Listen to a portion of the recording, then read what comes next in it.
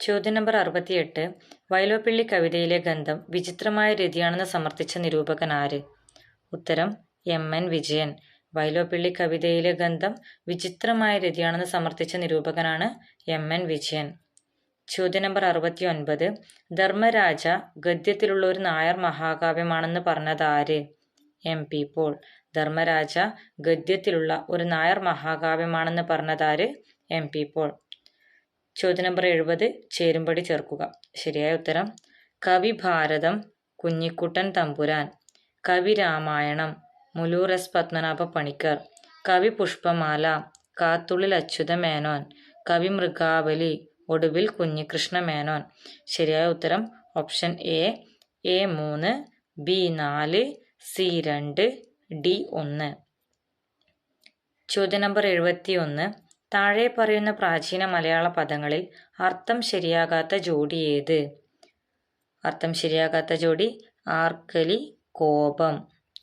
ബാക്കിയുള്ളവയെല്ലാം അർത്ഥം ശരിയായ രീതിയിൽ കൊടുത്തിട്ടുള്ളതാണ്.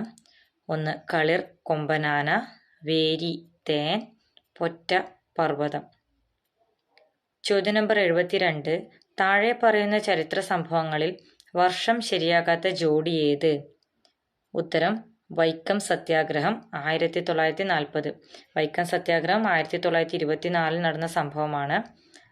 ഇനി ഇവിടെ കൊടുത്തിട്ടുള്ളത് ശരിയായ ചരിത്ര സംഭവങ്ങളാണ്. അരിവിപ്പുറം പ്രതിഷ്ഠ 1888, കുണ്ടറ വിളംബരം 1809, ക്ഷേത്രപ്രവേശന വിളംബരം 1936. ചോദ്യം നമ്പർ 73.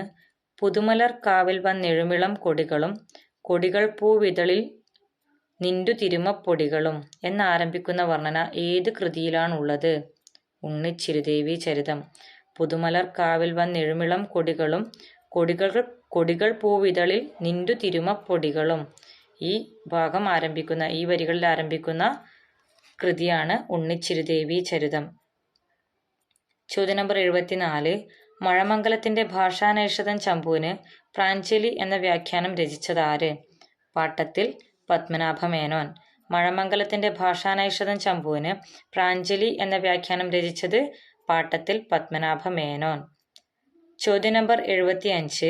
താഴെ പറയുന്നവയിൽ തെക്കൻ പാട്ടുകളുടെ ഗണത്തിൽ ഉൾപ്പെടാത്തത് ഏത്? പുത്തരി അംഗം. താഴെ പറയുന്നവയിൽ തെക്കൻ പാട്ടുകളുടെ ഗണത്തിൽ ഉൾപ്പെടാത്തത് ഏത്? പുത്തരി അംഗം. തെക്കൻ പാട്ടുകളുടെ ഗണത്തിൽ ഉൾപ്പെടുന്നതാണ് പുരുഷാന്തേവി പാട്ട്, പൊന്നിറത്താൾ കഥ, മൂവോട്ടുമല്ലൻ കഥ.